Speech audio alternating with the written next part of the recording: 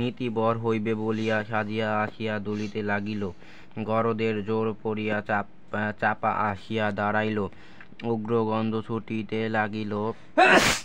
গন্ধরাজেরা বড় বাহার দিয়া দলে দলে আসিয়া গন্ধ বিলাইয়া দেশে মাতাইয়া লাগিল। অশোক নেশায় লাল হইয়া আসিয়া উপস্থিত সঙ্গে একপাল পিঁপড়া মোসায়েব হইয়া আসিয়াছে। তাহাদের গুণের সঙ্গে সম্বন্ধ নাই, কিন্তু দাঁতের জ্বালা বড়। কোনো বিবাহে না এইরূপ বরযাত্রী জোটে, আর কোনো বিবাহে না তাহারা হুল ফুটাইয়া বিবাদ বাধায়।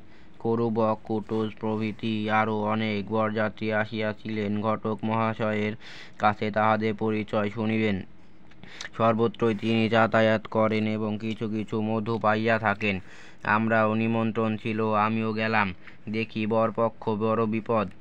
বাতাস বাহকের বায়না লইয়াছিলেন, তখন হু হুম করিয়া অনেক মর্দানি করিয়াছিলেন, কিন্তু কাজের সময় কোথায় লুকাইলেন কেহ খুঁজিয়া পায় না। দেখিলাম বরযাত্রী সকলে অবাক হইয়া স্থিরভাবে দাঁড়াইয়া আছেন।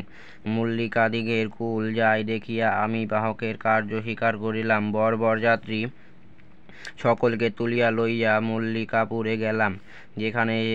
সেখানেই দেখিলাম কন্যাকুল সকল ভগিনী আহাদে ঘোমটা খুলিয়া মুখ ফুটাইয়া গরিমল ছুটাইয়া সুখের হাসি হাসিতেছে। দেখলাম পাতায় পাতায় জরাজরি গন্ধের ভাণ্ডারে ছড়াছড়ি গড়িয়া গিয়াছে। রূপের ভারে সকল ভাঙ্গিয়া পড়িতেছে।